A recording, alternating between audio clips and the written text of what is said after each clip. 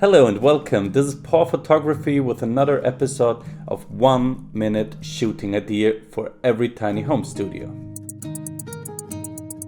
Today we have a look at a real classic shot and I think everyone should try it once.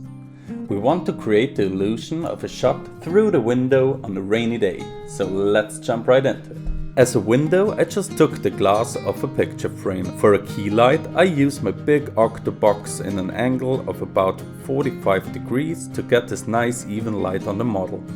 A small reflector is used to light the background to get more depth in the picture. After some more rain, it's time for my 2 days model. Bobo. Let's go! Now you can add some reflections in Photoshop to make it look more realistic. Paul, and this is your shot.